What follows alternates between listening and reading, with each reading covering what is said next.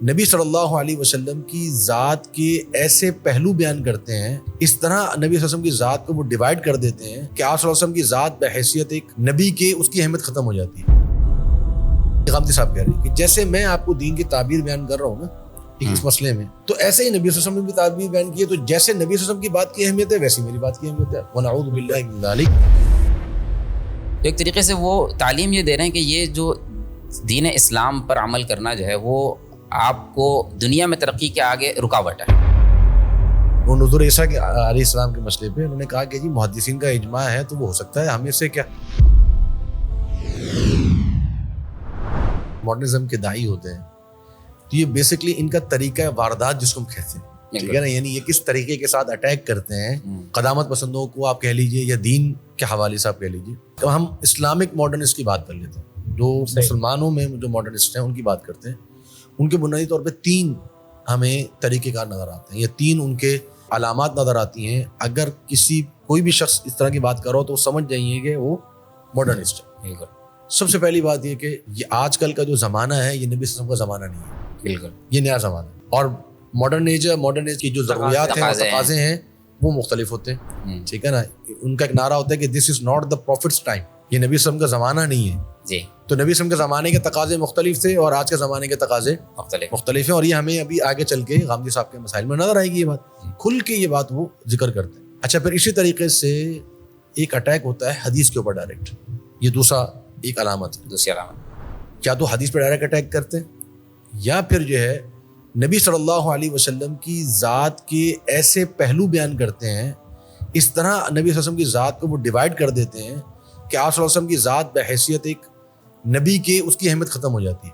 ایسے جی مقصد یہ کہ جی نبی صلی اللہ علیہ وسلم بھی مجتہد تھے تو ہم بھی مجتہد ہیں، ہمارا بھی اجتہاد ہے۔ بلکہ مجھے یاد ہے ایک زمانے میں غامدی صاحب کا پروگرام تھا دنیا نیوز کے اوپر، تو اس میں انہوں نے یہاں تک یہ بات کہہ دی، اینکر سوال کر رہا ہے اور وہ یہ کہہ رہے ہیں کہ جی جیسے میں آپ، یعنی غامدی صاحب کہہ رہے ہیں کہ جیسے میں آپ کو دین کی تعبیر بیان کر رہا ہوں نا اس مسئلے میں، تو ایسے ہی نبی صلی اللہ علیہ وسلم نے بھی تعبیر بیان کی ہے، تو جیسے نبی صلی اللہ علیہ وسلم کی بات کی اہمیت ہے ویسی میری بات کی اہمیت ہے۔ ونعوذ باللہ من ذلک۔ تو اس پر بڑا ایک ہنگامہ بھی ہوا، بڑا احتجاج ہوا اس زمانے میں، لیکن یہ موقف ان کا آج تک قائم ہے، یعنی اپنے آپ کو یا نبی صلی اللہ علیہ وسلم کو بطور ایک مجتہد کے پیش کرنا، بطور ایک اتھارٹی کے پیش نہیں کرتے مشکل میں۔ اور آخری بات جو نظر آتی ہے وہ کہ سائنس کو اس انداز سے پیش کرنا کہ سائنس اور اسلام میں تقابل کر کے سائنس کو اسلام کے اوپر مقدم کرنا۔ اور یہ بات ہم کر چکے ہیں کہ سائنس اور ٹیکنالوجی ایک ڈفرینٹ چیز ہے، ماڈرنزم ایک ڈفرینٹ چیز ہے۔ اسلام سائنس ٹیکنالوجی سے منع نہیں کرتا، اسلام آپ کو لبرلزم، سیکولرزم اور ماڈرنزم سے منع کرتا ہے۔ شیخ ہم پہلے ہی بات کر رہے تھے کہ جو غامدی صاحب ہیں ان کا موقف یہ نہیں ہے کہ میں جدیدیت کا لمبردار ہوں، بالکل یہ صحیح کہا آپ نے، ہاں ان کا یہ موقف نہیں، بلکہ پچھلے دنوں ہم ان کی ویڈیو بھی ایک دیکھ رہے تھے کہ جس میں وہ آ رہا تھا کہ جی میں تو، بلکہ حسن ریاض صاحب غالباً کہہ رہے تھے کہ وہ جی ہم تو دیکھیں ہم تو فلانی چیز کو بھی غلط کہتے ہیں، فلانی چیز کو بھی غلط کہتے ہیں، ہم کیسے جدید کا لمبردار ہو گئے۔ تو ایسا نہیں ہے، لیکن پس پردہ جو، یا پس پردہ کہہ لیں یا نتائج کے طور پہ کہہ لیں کہ جو چیز واضح ہو رہی ہے وہ یہی ہو رہی ہے کہ آپ اس چیز کی دعوت دے رہے ہیں، اس ماڈرنزم کی دعوت دے رہے ہیں کہ جس ماڈرنزم کی طرف پورے کلیسا کو لے جایا گیا اور پورا اس کو جس طرح سے بلڈوز کر دیا گیا، اس طرح ختم کر دیا۔ اینڈ رزلٹ یہی ہوا کہ معاشرے سے مذہب کی بنیادیں ساری کمزور کر دی گئی، اور آج وہ ہم دیکھ رہے ہیں کہ وہ الہادی معاشرے بن کے رہ گئے ہیں جی۔ تو آغاز کہہ سکتے ہیں کہ جدیدیت وہاں سے آغاز نہ کرتا ہے۔ ماڈرنزم ایک طریقے سے جو ہے وہ جس کو ہم جدیدیت کہتے ہیں اردو میں، یعنی جو قدیم، جدید جو ہے وہ قدیم کی ضد ہوتی ہے، یعنی ہر اس چیز کی اپوزٹ چلتے ہیں جو قدامت پسند ہو یا قدیم ہو یا اولڈ ہو۔ تو وہ دراصل ایک تعلیم یہ دینا چاہتے ہیں، پیغام ان کا یہ ہے کہ ہر وہ چیز جو قدیم ہے، ہر وہ چیز جو پرانی ہے اور قدیم ہے، وہ کارآمد نہیں ہو سکتی یا وہ انسان کی کامیابی کے لیے کافی نہیں ہے، چاہے وہ قدیم وحی کی شکل میں ہو یا انسان کی بنائی ہوئی ہو، دونوں صورتیں اس کی، دین کی صورت میں ہو یا لوگوں کی بنائی ہوئی ہو، جی تو دونوں صورتوں میں ایک طریقے سے وہ تعلیم یہ دے رہے ہیں کہ یہ جو دین اسلام پر عمل کرنا جو ہے وہ آپ کو دنیا میں ترقی کے آگے رکاوٹ ہے، یعنی کہ اگر آپ خالص اسلام پر عمل کریں گے، پیور اسلام پر عمل کریں گے تو آپ دنیا میں ترقی نہیں کر سکتے۔ اور اس کی آڑ میں یعنی مسلمانوں کو اپنی ہی تاریخ سے جاہل رکھا اور اپنی تاریخ سے ناآشنا رکھا کہ وہ مسلمان اپنی تاریخ کو نہیں پڑھ سکے کہ خالص اسلام پر عمل کر کے پوری دنیا پر حکومت کرتے رہے ہیں۔ جی بالکل، یعنی ایسا نہیں کہ اسلام پر عمل کرنے سے انسان جو ہے وہ نیچے کی جانب جائے گا یا ترقی نہیں کر سکتا. اندلس تک جب ہمارا اسلام پہنچا ہے، اس کے اندلس کی تاریخ اگر ہم پڑھیں تو وہ اس وقت کے یورپ کے لوگوں کے لیے ایک معراج کی حیثیت تھی. بالکل کہ یار یہ جو مسلمانوں کی ترقی ہے، یہ جو مسلمانوں کی اچھا باریک سے باریک فنون کے اندر، جسے ہم آج کل فنون لطیفہ کہہ دیتے ہیں، کیلیگرافی وغیرہ کی بھی جو پرانی ان کی آپ تلاش کریں تو پرانے اب تو وہ کنیسے بن چکے ہیں، پہلے وہ مساجد ہوا کرتی تھیں بڑی بڑی، ان کے اندر جس قسم کی کیلیگرافی ہوئی ہوئی ہے وہ آج سے 1200 سال پہلے 1300 سال پہلے کس طرح انہوں نے یہ سب کچھ کام کیا، اس زمانے میں یاد کریں. تو الٹا آپ کی بالکل بات صحیح ہے کہ مطلب یہ ذہن میں آ گیا کہ جو آپ روایت سے دور ہو گئے تو آپ کی ترقی ہوتی جائے گی، اور جو روایتیں قریب ہو گئے گویا آپ پیچھے ہوتے جاؤ. اور اس زمانے میں یورپ جو تھا وہ ڈارک ایجز میں جی رہا تھا. میں یہ کہوں گا کہ عام طور پہ لوگ غامدی صاحب کو جو ہے نا وہ ان کے صرف مسائل سے جانتے ہیں، اس کی مسائل کی جو بیک انجینئرنگ ہے، وہ مسئلہ آیا کہاں سے، وہ ہمیشہ غامدی صاحب ہی اس نتیجے پہ کیوں پہنچتے ہیں، دوسرے علماء کو نہیں پہنچ جاتے اس نتیجے پہ. تو یہ جو بیک انجینئرنگ اصل میں اس کی جو ہے نا وہ عام طور پہ لوگ سمجھ نہیں پاتے. تو کہنے کا مقصد یہ ہے کہ ان اصولوں کو ڈسکس کرنا بھی ضروری ہے تاکہ وہ لوگوں کو پتہ چل سکے کہ ایسے نتائج غامدی صاحب ہی کیوں برآمد کر رہے ہیں، اور ایسے نتائج ہمیشہ جو ماڈرنزم کے حق میں ہی کیوں جاتے ہیں، انہیں کے حق میں ہی کیوں جاتے ہیں. اس کی ایک وجہ بھی ہے، وہ بھی ہم تھوڑا سا ڈسکس کر لیتے ہیں پھر مسائل پر آتے ہیں. وہ یہ ہے شیخ کہ اس وقت میں ایک بہت بڑی پالیسی دی گئی ہے یہ مڈل ایسٹ کنٹریز کو بھی، اور مطلب آپ کہہ لیں کہ اوور آل ایشیا کے بارے میں، اور یہ ہے امریکہ کے ادارے رینڈ کارپوریشن کی طرف سے. تو یہ رینڈ کارپوریشن جو ہے یہ حضرات ہمارے اس کو سرچ بھی کر سکتے ہیں، انشاءاللہ ہم اس کا لنک وغیرہ بھی دیں گے آپ کو. تو RAND.org کے نام سے ان کی ویب سائٹ ہے، اور یہ اس کے اندر شیخ انہوں نے مڈل ایسٹ کی الگ پالیسی بنائی ہوئی ہے. ڈفرینٹ جو ہے ملکوں کے بارے میں انہوں نے باقاعدہ پالیسی مٹیریل نشر کیا ہے. اچھا ان کا جو اپنے بارے میں تعارف ہے شیخ وہ کیا ہے، دیکھیے آپ لوگ. کہتے ہیں the Rand Corporation is a non profit research organisation providing objective analysis and effective solutions that address the challenges facing the public and private sectors around the world. تو یہ جناب معاشرے کے اندر سولوشنز دے رہے ہیں کس چیز کے، جو پبلک کو اور پرائیویٹ سیکٹر کو دنیا کے اندر نظر آتے ہیں. اچھا ظاہر ہے جب آپ بات کر رہے ہیں مڈل ایسٹ کی اور مڈل ایسٹ کی پالیسی کی، تو ظاہر سی بات سب سے پہلے آپ کو وہاں پہ جو مسائل نظر آئیں گے وہ دین نظر آئے گا، اور پھر آپ کی طرف سے اس کے اندر حلول اور تجاویز پیش کی جائیں گے. تو شیخ اس کے اندر ایک بڑا اہم آرٹیکل انہوں نے اس کو نشر کیا ہوا ہے سول ڈیموکریٹک اسلام کے نام سے. اچھا سول ڈیموکریٹک اسلام ہے یہ، چیرل برنارڈ اس کے جو ہے وہ رائٹر ہیں، اس کا ترجمہ بھی موجود ہے اس آرٹیکل کا. یہ پڑھنے والا ڈاکومنٹ ہے. اس کے اندر انہوں نے ہمارے معاشرے کو 4 اقسام میں تقسیم کیا. ایک تو انہوں نے کہا کہ جناب اس کے اندر قدامت پسند لوگ ہیں، جنہیں انہوں نے کہا کہ یہ فنڈامنٹلسٹ ہیں اور پرانے اسلامسٹ ہیں، یہ لوگ ہیں. اس کے اندر بھی انہوں نے ایک اور کیٹیگری لے آئی کہ وہ فنڈامنٹلسٹ پلس ایکسٹریمسٹ بھی ہو جائیں گے جو کہ ذرا جہادی آرا سے متاثر ہوتے ہیں، وہ ان کو ایک اور کیٹیگری لے آئے. پھر انہوں نے کہا کہ اس معاشرے کے اندر ایک سیکولر لوگ ہوتے ہیں جو بالکل دین بیزار لوگ ہوتے ہیں، جن کا دین سے کوئی تعلق نہیں ہوتا. اور چوتھی پارٹ جو بتائی جو شیخ ہمارا ٹاپک ہے آج وہ ہے ماڈرنسٹ. صحیح. اور اس آرٹیکل کے اندر میں نے حوالہ دیا ہے، اس کو مزید انشاءاللہ آپ کے سامنے پیش کرتے ہیں.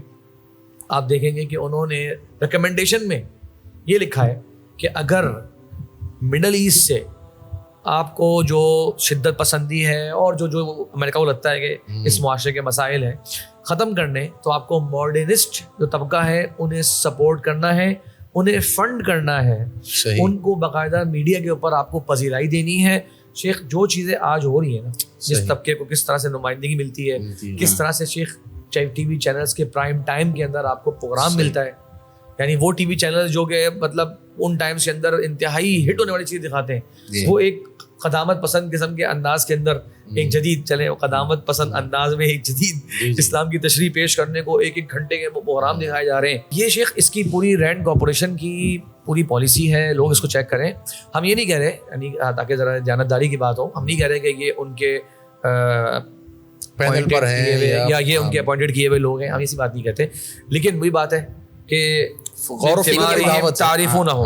یہ جو پالیسیز تھیں اس کو ہمارے معاشروں میں کون پوری کرتا ہوا نظر آ رہا ہے؟ اگر غور کریں اور معاشرے میں، بلکہ ایک رینڈ کی اپنی ویب سائٹ پر ایک اور آرٹیکل ہے، اس کا نام ہے کہ بلڈنگ ماڈریٹ مسلم نیٹ ورکس کے نام سے، کہ اس میں مسلمانوں کے جو ماڈریٹ مسلمز ہیں ان کے نیٹ ورکس کو ترقی دینا، اس کی ہیلپ کرنا، اس کے ہر لحاظ سے، چاہے میڈیا کے اندر، چاہے دیگر جتنے بھی پلیٹ فارمز ہیں ان میں ان لوگوں کو آگے لے کر آنا.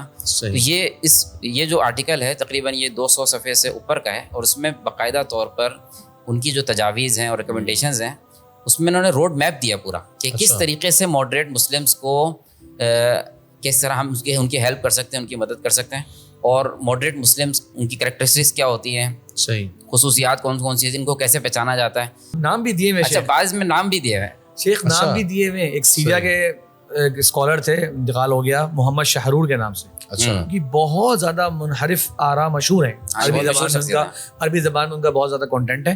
شیخ صاحب اس میں انہوں نے باقاعدہ ان کے نام لکھے ہیں کہ اس طرح کے لوگوں کو ہم نے سپورٹ کرنا ہے. اچھا آپ شیخ یہاں بڑی اہم بات ہے, وہی بات کہ یہ ویسٹرن لوگ ہیں, ان کا انٹرسٹ کیا ہے کہ مسلم معاشروں کے اندر سے جو ٹریڈیشنل اسلام ہے کس طرح اس کو چیلنج کیا جائے, کس طرح اس کو ختم کیا جائے. اچھا ایک منٹ کے شیخ ایک بات اب میں ایڈ کر لیں پاکستان کے معاشرے پہ.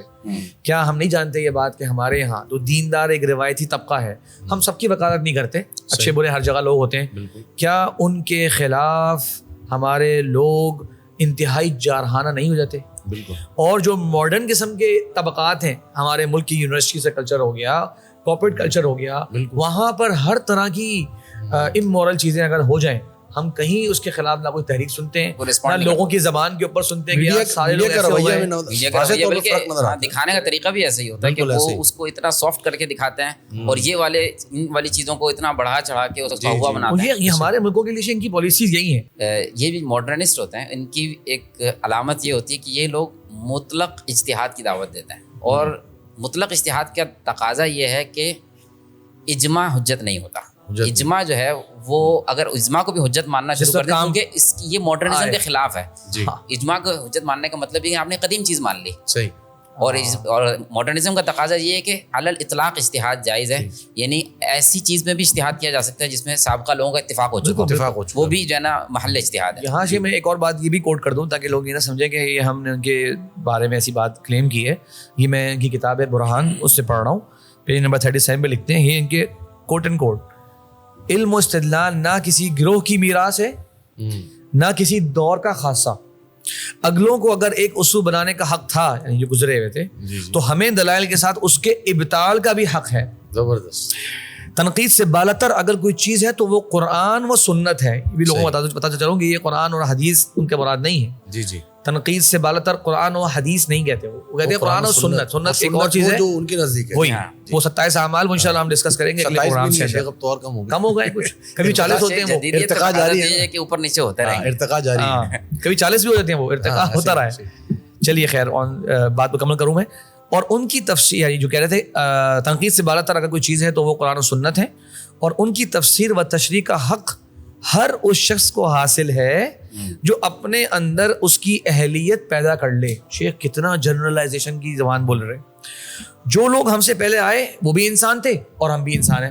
بالکل شیخ, ہم نے کہا اجماع اگر انہوں نے کر لیا تو کیا وہ انسان سے بالاتر تھے, وہ کوئی اللہ نہ کرے کوئی خدائی نمائندے تو نہیں تھے نا, انسان ہی تھے نا, ہم بھی انسان ہیں. تو اس سے شیخ آپ نے صحیح کہا. آپ سوچئے, جو ناظرین سن رہے ہیں اس بات کو اندازہ لگائیے, اس بات کا مطلب پتہ ہے کیا؟ اس کا مطلب یہ ہے کہ دین اسلام کی کوئی ایسی تشریح ہے ہی نہیں جس کی پابندی کا مجھے اور آپ کو احساس بھی ہونا چاہیے. صحیح. دین اسلام 1400 سال پہلے اور تھا, 1300 سال پہلے کسی اور فارم میں ہونا چاہیے اس کو, 1200 سال پہلے کسی اور فارم میں.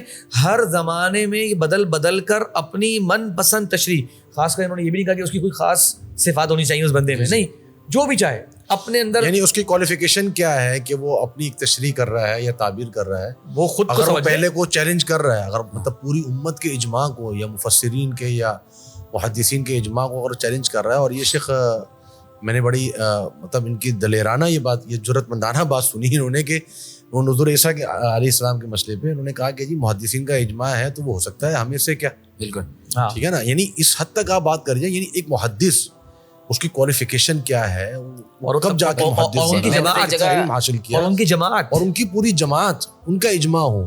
یہ بالکل ایسی بات ہے شیخ کہ جیسے میں آج یہ بیٹھ کے کہوں کہ جی اگر میڈیکل سائنس میں ڈاکٹرز کا اجماع ہے تو میں کیا کروں, میرے نزدیک تو زہر سے موت نہیں ہوتی. بالکل. تو مطلب میں کون ہوں, مطلب میری کوالیفیکیشن کیا ہے؟ یہ میں سے بولوں کہ پیناڈول سے میں نے تو کینسر کا علاج کرنا, 10 روپے کی گولی سے کینسر کا علاج کروں گا. سب بولے یار کوئی نہیں کر رہا, بھائی کوئی نہیں کرے, وہ انسان ہے, میں انسان ہوں, اور میں چیلنج کر رہا ہوں. کہیں تو بھائی کوئی چیز, اس کو کوئی تو کرائٹیریا ہوگا کہ جہاں پہ آگے آپ کو روکا جائے گا کہ جناب یہ آپ دین کی جو ایک روایت ہے اس کے اگینسٹ جا رہے ہیں. اچھا بات بڑی کرتے ہیں روایت کی, جملہ بھی بڑا بار بار ریپیٹ ہوتا ہے کہ جناب ہماری روایت اور ہمارا جو مزاج رہا ہے یا شریعت کا جو مزاج رہا ہے. لیکن شیخ یہاں پر قرآن کی آیتیں کہاں گئیں؟ فَإِنْ آمَنُوا بِمِثْلِ مَا آمَنْتُمْ بِهِ فَقَدِ اهْتَدَوْا. اللہ تعالیٰ نے صحابہ کے ایمان کو باقی آنے والے لوگوں کے لیے معیار بنایا. وَكُونُوا مَعَ الصَّادِقِينَ کا ہے، سچوں کے ساتھ ہو جاؤ. اور یہ کہا ہے کہ وَيَتَّبِعْ غَيْرَ سَبِيلِ الْمُؤْمِنِينَ، ایمان والوں کی ایک راہ ہے، جو اس سے باہر نکلے گا وہ گمراہی کی راہ پہ چلے گا، جہنم کی راہ پہ چلے گا. یا ان آیتوں کی تشریح کیا ہے؟ بلکہ میں نے تو ایک جگہ ان کے غامدی صاحب کا پڑھا تو وہ تو یہ کہتے ہیں باقاعدہ صریح الفاظ میں کہ اجماع جو ہے وہ غلط ہو سکتا ہے. یعنی کہ اجماع جو ہے وہ غلطی اس میں ہو سکتی ہے، ممکن پوری امت بھی غلطی پر اتفاق کر سکتی ہے. علمی مسائل کے اندر علمی مسائل کے اندر پوری امت غلطی پر اتفاق کر سکتی ہے. یہ بات انہوں نے اپنی کتاب بالکل وہی بات ہے کہ جو ماڈرنزم اصل میں چاہتا یہ ہے کہ کسی پرانی تشریح کا وہ عظمت باقی پابند نہ رہے، اصل میں پابندی ہٹانا چاہتے ہیں. آپ شیخ نوٹ کریں اس طرح کی باتوں سے کیسے کتاب و سنت کی جو تعظیم ہے لوگوں کے دلوں سے اس کو کھرچنے کی کوشش ہے.